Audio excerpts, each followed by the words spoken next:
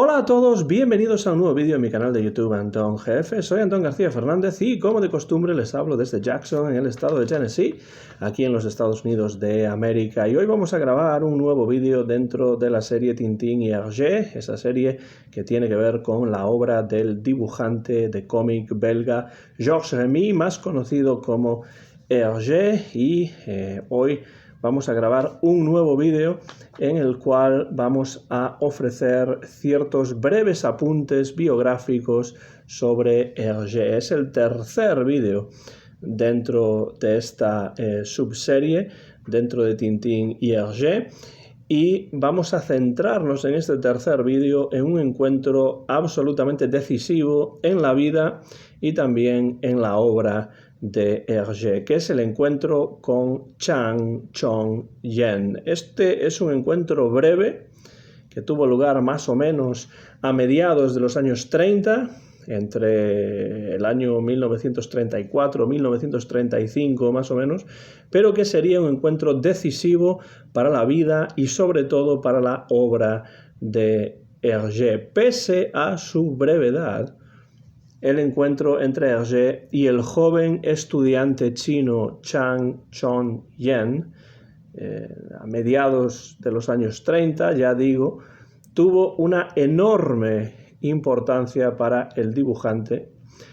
tanto en lo personal como también y especialmente en lo artístico y en lo profesional. Porque Hergé en muy poco tiempo aprendió muchísimo de Chang,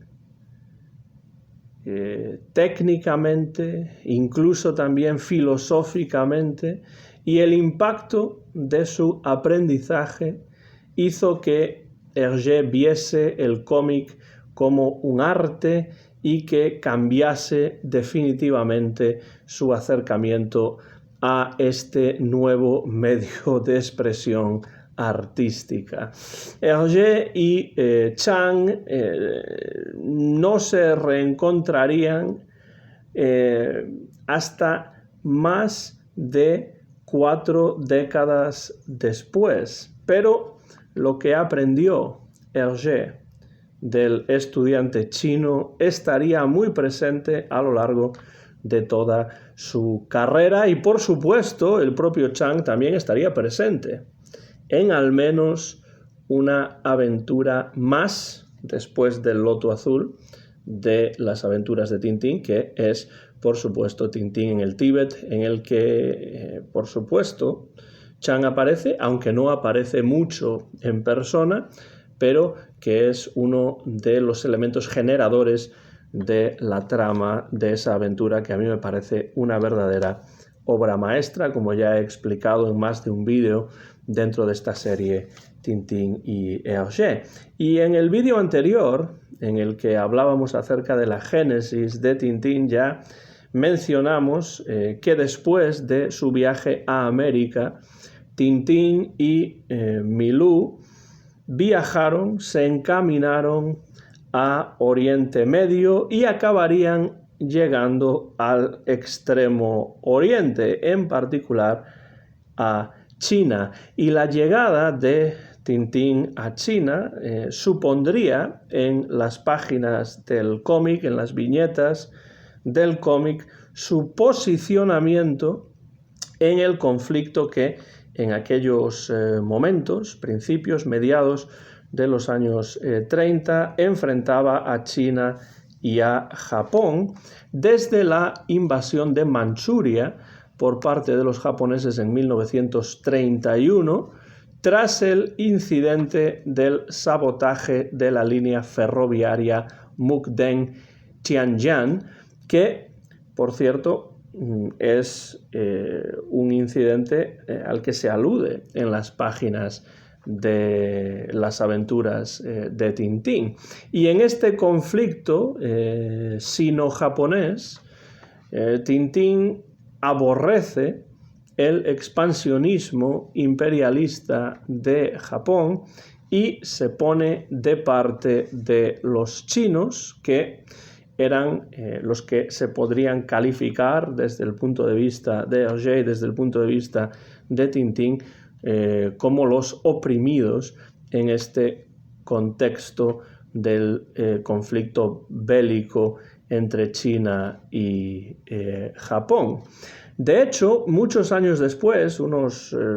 40 años después más o menos, en una carta a un lector en los años 70, Hergé explicó que su propósito al enviar a Tintín a China era doble. Por un lado, lo que quería era denunciar la salvaje ocupación de China por parte de Japón y por otra parte dar a conocer un poco más la cultura china, como ocurre por ejemplo en el pasaje del Loto Azul en el cual Tintín se encuentra con un niño pequeño llamado precisamente Chang y que es trasunto de su amigo Chang Chon-yen en la vida real. Entonces, la idea de echar abajo ciertos mitos, ciertos estereotipos que los occidentales de la época de Hergé tenían sobre China era uno de los dos propósitos. Uno era político y el otro era más cultural. Uno de los dos propósitos de este viaje de Tintín a China. Tintín llega a China, por supuesto, por vía de Oriente Medio, porque en Cigarros del Faraón Tintín pasa por países de Oriente Medio y en el Loto Azul, primera aventura en cierto modo bipartita de Tintín, pues acabaría llegando a China en un álbum absolutamente memorable. Pero ¿cuál era el problema que tenía Hergé a la hora de presentar la cultura china en las páginas del Loto Azul? Pues era un problema bastante grande. Es que no conocía China y tampoco tenía la intención de viajar allí en persona. Su conocimiento sobre dicho país, sobre China, tendría que ser una vez más libresco. Sería necesario de alguna manera documentarse lo máximo posible para enviar a China a un país que para enviar a Tintín a un país como es China que Hergé no conocía en absoluto, más allá por supuesto de esos estereotipos que quería derribar y más allá de cuestiones que tuviesen que ver con ese conflicto bélico y con lo que sobre China aparecía en los medios de comunicación de la época. Y entonces, para documentarse, Hergé se valió de tres fuentes principales que son otros tantos eclesiásticos con un importante conocimiento sobre China. Y estos tres eclesiásticos son, por un lado, el padre Edouard Neut, N-E-U-T, supongo que se pronuncia Neut, el padre Edouard Neut, que le prestó dos libros, uno de ellos titulado Sobre los orígenes del conflicto en Manchuria, escrito por el padre Tadé, y otro libro que se titula Mi madre, de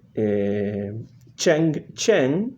que es un libro sobre la vida cotidiana en China. Bueno, esto por supuesto lo he encontrado en biografías y en estudios sobre Hergé, porque son dos libros que no he tenido la oportunidad de cotejar, pero son dos libros que tendrían importancia para Hergé a la hora de documentarse y los consiguió a través de este padre Edouard Neut sobre los orígenes del conflicto en Manchuria y Mi madre. Y también el padre Neut le entregó a Hergé artículos periodísticos que podrían servirle para hacerse una idea de cómo era China y también de la relación conflictiva que ese país, China, tenía con Japón en este contexto de la guerra chino-japonesa. Además de Edouard Neut, también estaba Lu Zhengxian. Lu Zheng Xian era una persona que Hergé conoció a través precisamente del padre Ne y que había sido ministro del gobierno chino y también embajador chino ante los Países Bajos o en los Países Bajos.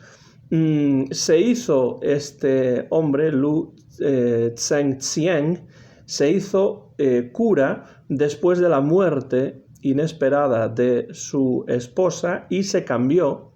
su nombre chino por el del padre Pierre Célestin Lu. Entonces Lu todavía está en el nombre, pero al hacerse cura católico, pues se convierte nominalmente en el padre Pierre Célestin Lu, que tendrá importancia, como veremos en unos momentos. Y la tercera persona, la tercera fuente de información sobre China para Hergé, muy importante, es el padre Gosset, G-O-S-S-E-T,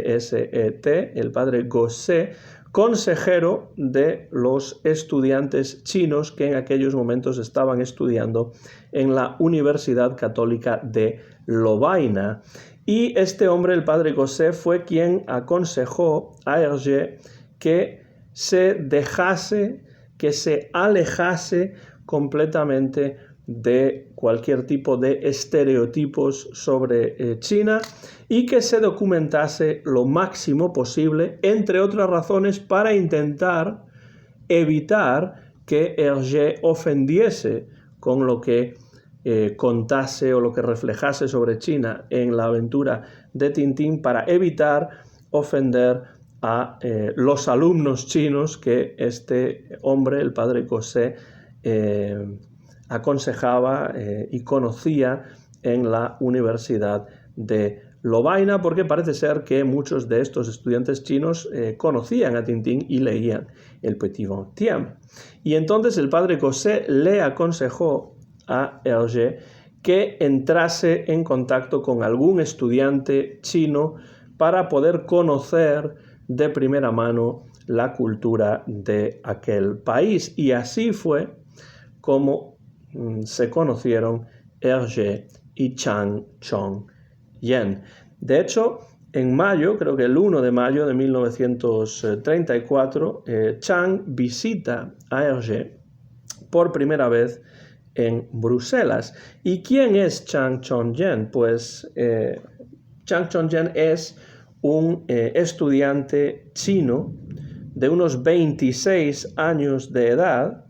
que hablaba francés con fluidez, aunque con bastante acento chino. Por supuesto, el francés es una lengua de difícil aprendizaje para un hablante chino, de la misma manera que el chino es una lengua de difícil aprendizaje para un francés, para un europeo. Chang había nacido en Shanghái, pero había perdido a su padre cuando solo tenía 5 años. Le interesaba mucho la pintura y de hecho se encontraba en Bélgica con una beca para estudiar precisamente pintura. Una de sus especialidades era la acuarela. Se interesaría posteriormente también por la escultura,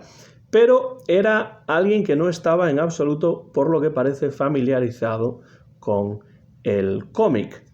No importa, de hecho, esto ayudó bastante porque no tenía Chang ninguna ideas preconcebidas sobre el cómic. Aprendió de Hergé sobre el cómic y a su vez impartió muchísima información, ayudó enormemente a Hergé, porque durante varios meses Chang y Hergé se reunieron casi todos los domingos para charlar, para intercambiar impresiones. Y Chang, estas reuniones con Hergé, no acudía a ellas, no hizo nada de esto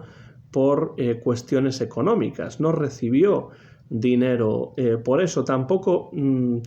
veía estas reuniones con Hergé como una especie de trabajo que él tenía que hacer o una obligación que tenía que cumplir, sino que lo hacía como un favor al padre Celestin y al padre Gosset, quienes le habían pedido que ayudase a Hergé, o por lo menos que conociese a Hergé y entablase una cierta relación con Hergé, una relación que acabaría siendo una importante relación amistosa. También lo hacía como una manera de ayudar a su propio país, a una China en aquellos momentos ocupada por los japoneses, porque lo que quería Chang era aprovechar esta oportunidad para dar a conocer un poco mejor la cultura china en Occidente a través, en este caso, de un Hergé que estaba creando una obra que en esos momentos tenía bastante popularidad, ya no solamente entre los más jóvenes, sino entre los lectores del XXe siècle y del Petit XXe en general. Hergé y Chang, a lo largo de estos meses, de estas reuniones periódicas, fueron consolidando una fuerte amistad poco a poco, y Chang le enseñó a Hergé nociones importantes de muchas cosas, entre ellas, por ejemplo, la caligrafía china, cómo usar el pincel en un contexto caligráfico, cómo dar más importancia a la claridad que a la luz y a las sombras, cómo escribir algunos de los ideogramas de la lengua china, muchos de ellos difíciles de escribir, y todo esto tuvo una enorme importancia para Hergé. Y el elemento filosófico también tuvo cabida en estas reuniones entre estos dos jóvenes, porque desde luego los dos eran muy jóvenes en estos momentos. Hergé no tenía más que, yo creo que un año más que Chang. Lo filosófico, el elemento filosófico también tuvo cabida cuando Chang le hablaba a Hergé, por ejemplo, del lugar único e inexcusable que todas las cosas, por pequeñas, por insignificantes que sean, el lugar único e ineludible que ocupan todas esas cosas en el mundo. Trasladando todo esto al medio artístico, Chang hablaba del arte de una manera metafórica, por así decirlo, como una conjunción de viento. El viento sería la inspiración poética o la inspiración artística, y los huesos, es decir, la estructura gráfica. Pensaba Chang en el arte como una conjunción entre este viento y los huesos, entre la inspiración poética o artística y la estructura gráfica. Y todas estas enseñanzas, algunas de ellas metafóricas, filosóficas, artísticas, vitales, todas estas enseñanzas que son enseñanzas que Hergé jamás olvidaría, y que en palabras de Pierre Asselin, en este libro que ya he mostrado en otras ocasiones, la biografía de Pierre Asselin de Hergé, que se llama en francés simplemente Hergé, pero que en inglés, para que la gente sepa quién es Hergé, pues añade The Man Who Created Tintín, el hombre que creó a Tintín. Pues en este libro Asselin dice que de esta manera Chang ayudó a que Hergé pasase de ser un mero ilustrador a ser un autor de cómics, bueno, novelista gráfico, dice, para estar más en la modernidad, el traductor al inglés de este libro, dice que gracias a Chang, Hergé pasó de ser un mero ilustrador a ser un autor de cómics que veía el medio del cómic ya como una verdadera expresión artística. Si ya hemos dicho anteriormente que su esposa Germaine ya lo había animado a que se centrase en los cómics y dejase a un lado las actividades como publicista, después del encuentro con Chang Chon-jen, no solamente se decide Hergé a ello, a centrarse en el cómic, sino que además empieza a vislumbrar la valía artística del cómic como medio de expresión y empieza a ver también, empieza a comprender que hay algo único en el cómic y que será este personaje de Tintín el personaje al que vaya a dedicar el resto de su carrera. No está claro que lo sepa en estos momentos porque evidentemente Hergé no era tampoco ningún pitoniso, no podía ver el futuro, pero sí que a través de Chang se da cuenta de la valía de este medio de expresión artística que es el cómic. Desde luego que hay un antes y un después de Chang y hay un antes y un después del Loto Azul en la vida y en la obra de Hergé. Porque Hergé va a documentarse cada vez más y va a perfeccionar cada vez más y más el aspecto artístico, el aspecto gráfico, también el aspecto narrativo de su obra, pero en lo gráfico está clarísima la influencia de Chang. Y a partir de estos momentos va perfeccionando Hergé esa línea clara, esa ligne claire tan característica suya. Yo no iría tan lejos como para decir que Hergé nunca habría sido capaz de desarrollar todo esto sin Chang. Esto es algo que sí dice Assouline, o deja entrever Assouline. Yo no estoy del todo de acuerdo en que Hergé no llegaría jamás a desarrollar todo esto sin la presencia de Chang, pero sin duda el encuentro entre ambos lo aceleró todo exponencialmente. Y desde luego el Loto Azul, que aquí tengo en una traducción a la lengua georgiana, es decir, la lengua no del estado de Georgia en los Estados Unidos, sino evidentemente a la República de Georgia en Europa, pues aquí en este libro, El Loto Azul, nos encontramos con una obra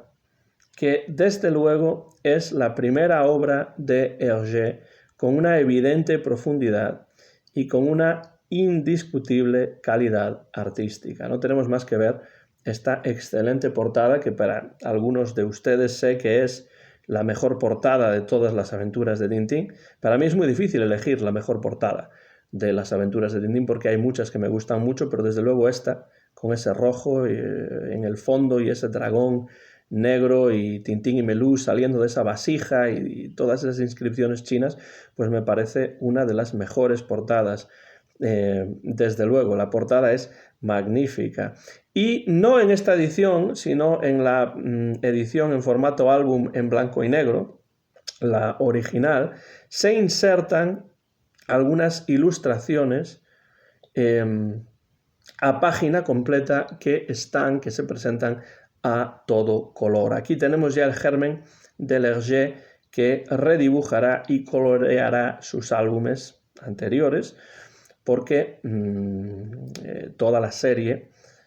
a partir de cierto momento, va a publicarse en color. No es el caso todavía de El Loto Azul, pero sí que en la edición original en blanco y negro hay algunas ilustraciones a página completa que aparecen a todo color y que también son una verdadera maravilla. Quizá no tan buenas como esta portada, que sin duda es una de las mejores de toda la serie. Y además el regreso de Tintín a Bruselas volvió a celebrarse con un evento,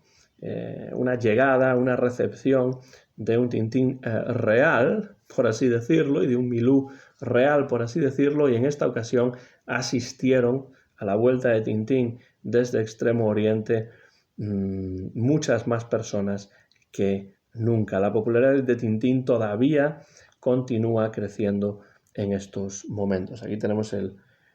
loto azul, supongo que ahí dice de alguna manera el loto azul, pero es que ese alfabeto con el que se escribe la lengua de Georgia es un alfabeto muy bonito, desde luego, pero muy curioso también. No creo que se escriba ninguna otra lengua con este alfabeto, que es realmente, como digo, muy, muy interesante, con un estilo gráfico muy atractivo, por lo menos para mí. Por supuesto no tengo ni idea de lo que dice, aunque supongo que ahí dice de alguna manera el loto azul, ¿no? Bueno, para ir terminando este vídeo en el que hablamos acerca de la relación del encuentro a mediados de los años 30 entre Hergé y Chang, hay que decir que Chang, por desgracia, tuvo que regresar a Shanghái poco después de terminarse la serialización de la aventura, porque su familia lo necesitaba, requirió su presencia y por tanto tuvo que dejar Bélgica y regresar a China poco después de terminarse la serialización de esta aventura. Y Hergé, por lo súbito que fue todo, casi no tuvo ni tiempo de despedirse de su amigo. Por supuesto, le enviaría un ejemplar del libro cuando se publicase, y parece ser que incluso en cierto momento quiso acreditar a Chang como coautor de El Loto Azul, aunque eso nunca llegaría a ocurrir, pero parece ser, dicen algunas de las fuentes, el libro de Azoulin, por ejemplo, creo que el de Peters también, que tuvo la intención de acreditar como coautor a Chang. El nombre de Chang, por cierto, aparece en caracteres chinos en varias páginas de la obra como pues un homenaje a este nuevo amigo que tanto y tanto le enseñó y tanto le ayudó y tanto influyó en él. Chang y Hergé seguirían carteándose brevemente, pero aunque, como ya hemos dicho, Hergé crearía toda una aventura como es Tintín el Tíbet con el paso de las décadas alrededor del personaje de Chang,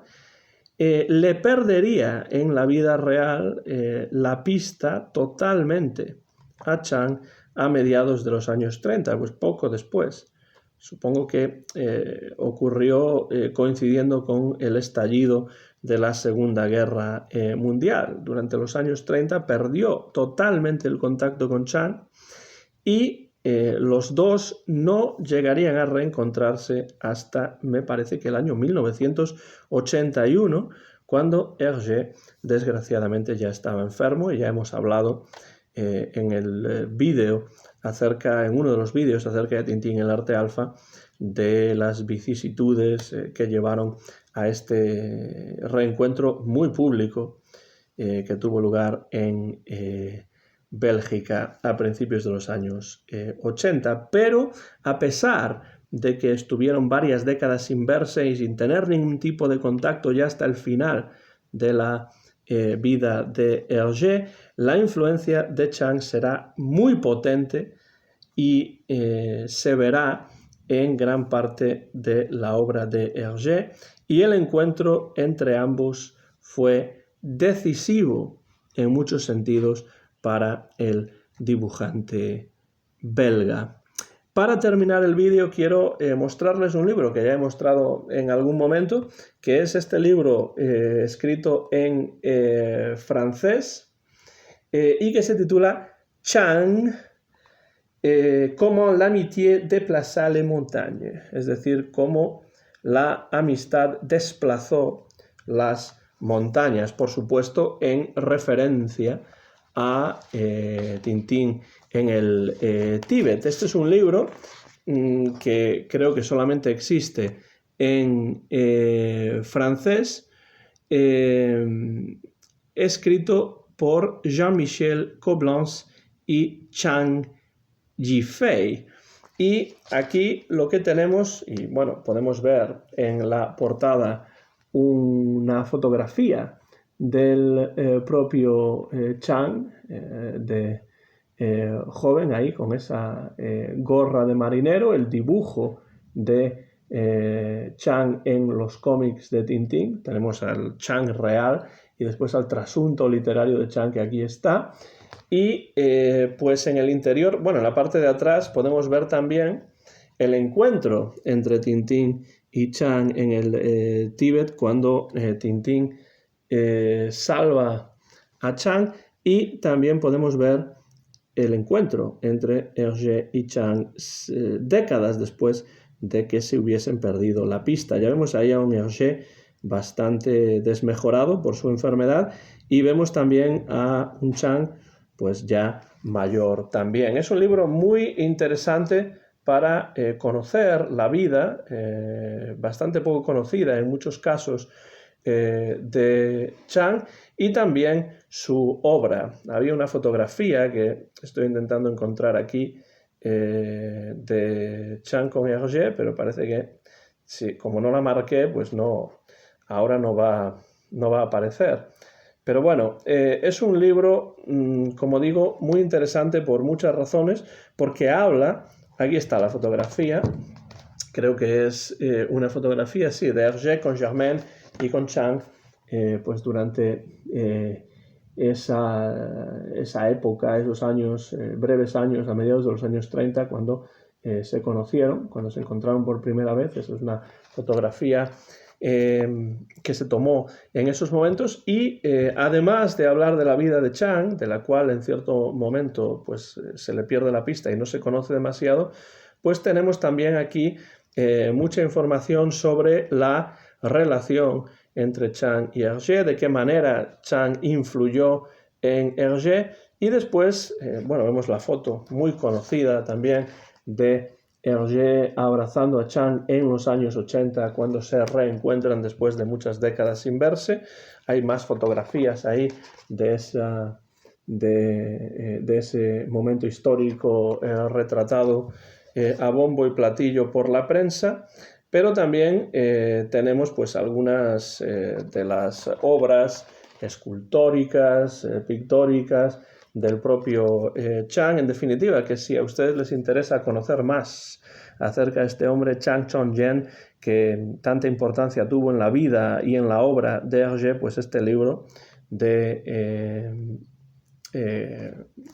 voy a leerlo otra vez, de Jean-Michel Coblence y de Chang Yifei, es un libro totalmente recomendable. Si ustedes leen francés, pues este es un libro que desde luego hay que leer para comprender mejor las circunstancias bajo las cuales se conocieron Chang y Hergé, y después también para seguirle la pista durante tantos años perdida a Chang Chong-yen. Se lo recomiendo desde luego, y con esta recomendación llegamos al final de este vídeo, en el que hemos repasado las circunstancias que llevaron a la amistad que se forjó durante poco tiempo, pero un tiempo muy intenso y muy importante para Hergé desde un punto de vista personal y artístico, entre Georges Remy Hergé y Chang Chong-yen, que tendría por supuesto su reflejo, el propio Chang, y las enseñanzas de Chang en muchos de los álbumes de las aventuras de Tintín. Llegamos así al final de este vídeo.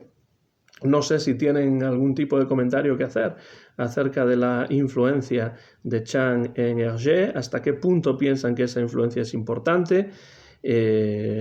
Piensan que Hergé habría sido diferente de no haber enviado a Tintín a China y de no haber tenido la oportunidad de conocer a Chang.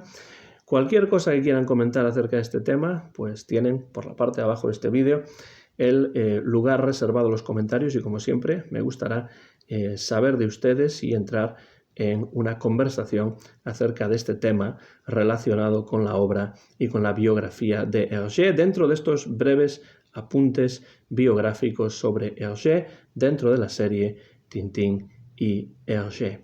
Nada más por ahora, soy Antón García Fernández, muchas gracias por seguir estos vídeos. Este vídeo lo he grabado en mi casa en Jackson, en el estado de Tennessee, aquí en los Estados Unidos de América, en directo y sin ningún tipo de cortes a principios del mes de junio del año 2022. Mío es el copyright de este vídeo que muy pronto van a poder ver en mi canal de YouTube, Antón GF. Gracias como siempre por su atención, gracias por los comentarios y seguimos en contacto a través de mi canal de YouTube, Antón GF, dentro de esta serie de vídeos Tintín y Hergé. Gracias y hasta la próxima ocasión.